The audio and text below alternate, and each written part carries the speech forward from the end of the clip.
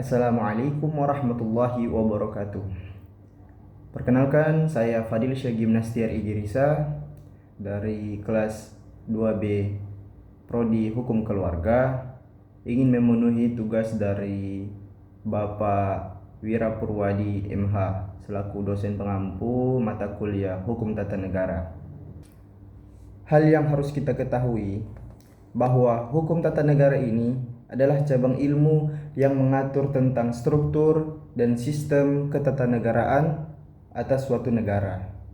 Nah, adapun istilah-istilah yang digunakan dalam hukum tata negara yaitu ada konstitusi, kedaulatan, lembaga negara, desentralisasi, demokrasi, dan trias politika. Adapun objek kajian dari hukum tata negara ini, yang pertama konstitusi dan perubahannya.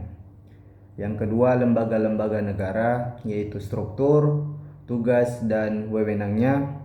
Yang ketiga hubungan antar lembaga negara. Yang keempat itu sistem pemerintahan. Yang kelima partai politik dan pemilu. Yang keenam itu hak asasi manusia atau HAM dan hak warga negara, dan yang terakhir sistem otonomi daerah. Nah, hukum tata negara juga memiliki hubungan dengan ilmu-ilmu yang lain, yaitu ilmu negara contohnya. Ilmu negara membahas tentang konsep-konsep negara. Lalu hukum tata negara membahas implementasinya dalam bentuk konkret. Jadi hukum tata negara itu praktisi dari teori-teori yang ada di dalam ilmu negara, seperti itu. Nah, contoh yang kedua, ilmu politik.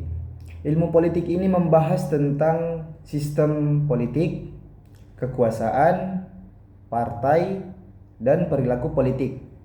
Dan HTN membahas regulasi formal kekuasaan dan sistem politik itu. Misalnya sistem pemilu. Ada juga hukum administrasi negara. Hukum administrasi negara ini mengatur tentang cara kerja harian administrasi pemerintahan dan juga mengatur hubungan antara negara dan warga negara secara individual. Dan hukum tata negara mengatur struktur dan sistem lembaga negara secara umum. Sekian dari saya. Wassalamualaikum warahmatullahi wabarakatuh. Audio Jungle.